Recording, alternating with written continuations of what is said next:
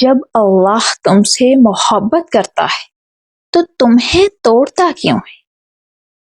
کبھی آپ نے سوچا ہے جب زندگی کا سب سے پیارا رشتہ ٹوٹ جاتا ہے، جب دعا قبول نہیں ہوتی، جب سب دروازے بند ہو جاتے ہیں، تب دل چیخ کر پوچھتا ہے، یا اللہ یہ آزمائش کیوں؟ میں نے کیا گناہ کیا؟ اس سوال کا جواب قرآن و حدیث میں ہے۔ پہلا، آزمائش سزا نہیں، محبت ہے۔ قرآن کہتا ہے وَلَنَبْلُوَنَّكُمْ بِشَيْءٍ مِّنَ الْخَوْفِ وَالْجُوعِ وَنَقْصٍ مِّنَ الْأَمْوَالِ وَالْأَنفُسِ وَالثَّمَرَاتِ وَبَشِّرِ الصَّابِرِينَ، اور ہم ضرور تمہیں آزمائیں گے، کچھ ڈر سے، بھوک سے، مال اور جان اور پھلوں کی کمی سے، اور صبر کرنے والوں کو خوشخبری دے دو۔ اللہ نے ضرور کا لفظ استعمال کیا، یعنی آزمائش آپشن نہیں، گارنٹی ہے۔ لیکن آیت کے آخر پر کیا ہے؟ بشر الصابرین، خوشخبری، مطلب آزمائش کے بعد انعام پکا ہے۔ یہ سزا نہیں، انعام ہے۔ حدیث، رسول اللہ صلی اللہ علیہ وآلہ وسلم نے فرمایا، جب اللہ کسی بندے سے محبت کرتا ہے تو اسے آزمائش میں ڈالتا ہے۔ سوچو، استاد اسی طالب علم کا مشکل ٹیسٹ لیتا ہے جس سے اسے امید ہو کہ یہ پاس کر جائے گا۔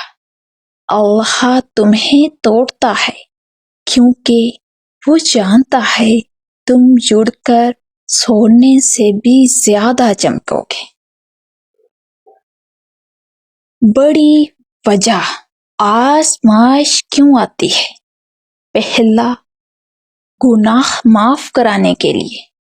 حدیث، مومن کو کوئی تکلیف، غم یا کانٹا بھی چبھتا ہے تو اللہ اس کے ذریعے اس کے گناہ مٹا دیتا ہے۔ جیسے کپڑا میلا ہو جائے تو اسے رگڑ کر دھوتے ہیں، تکلیف ہوتی ہے لیکن کپڑا صاف ہو جاتا ہے۔ تمہاری روح پر گناہوں کا میل تھا، آزمائش نے دھو دیا۔ دوسرا، درجے بلند کرنے کے لیے۔ حدیث قدسی، اللہ فرماتا ہے، میرا بندہ اس درجے تک نہیں پہنچ سکتا جو میں نے اس کے لیے لکھ دیا ہے مگر آزمائش کے ذریعے۔ ہیرے کو تراشو تو ہی وہ کوہ نور بنتا ہے۔ اللہ تمہیں تراش رہا ہے، درد ہو رہا ہے کیونکہ تم کوہ نور بن رہے ہو۔ تیسرا، اللہ کی طرف واپس لانے کے لیے۔ قرآن کہتا ہے وَمَا أَصَابَكُم مِّن مُّصِيبَةٍ فَبِمَا كَسَبَتْ أَيْدِيكُمْ وَيَعْفُو عَن كَثِيرٍ، جو مصیبت تمہیں پہنچی وہ تمہارے ہاتھوں کی کمائی ہے اور وہ بہت کچھ معاف کر دیتا ہے۔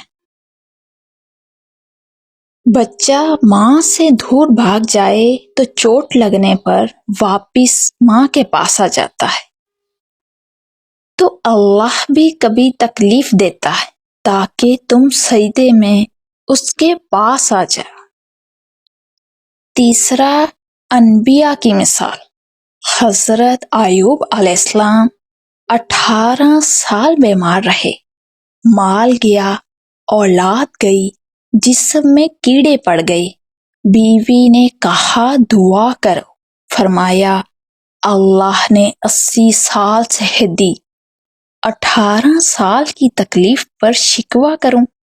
نتیجہ اللہ نے سب واپس لوٹا دیا اور فرمایا اِنَّا وَجَدْنَاهُ صَابِرًا، ہم نے اسے صبر کرنے والوں میں پایا۔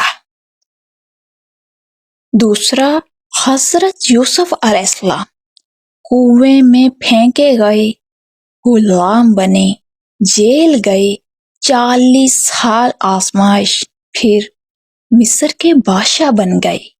اگر کنویں کی آزمائش نہ ہوتی تو تخت تک کیسے پہنچتے؟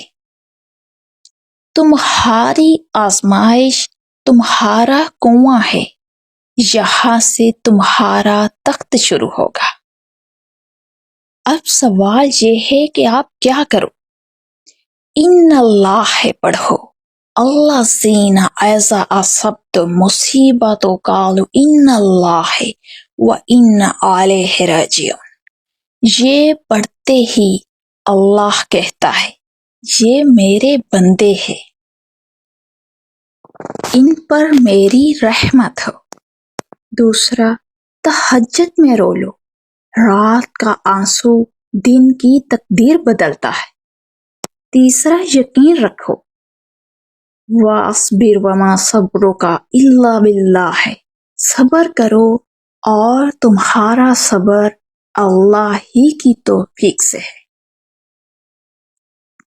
تو یاد رکھو، اگلی بار جب ٹوٹو تو رو ضرور، لیکن ٹوٹ کر بکھر مت جانا، کیونکہ اللہ ٹوٹے ہوئے دلوں میں رہتا ہے۔ اور یاد رکھو، آزمائش آتی ہے تاکہ تمہیں بتائے کہ تم اکیلے نہیں ہو، اللہ تمہارے ساتھ ہے۔ ان اللہ مع الصابرین۔ آپ کو یہ ویڈیو کیسی لگی کمنٹ ضرور کیجیے گا۔ اللہ آپ کو ہمیشہ خوش رکھے، اللہ آپ کی دعائیں قبول فرمائے۔ اپنا خیال رکھیے گا، دعاؤں میں یاد رکھیے گا۔ جزاک اللہ خیر۔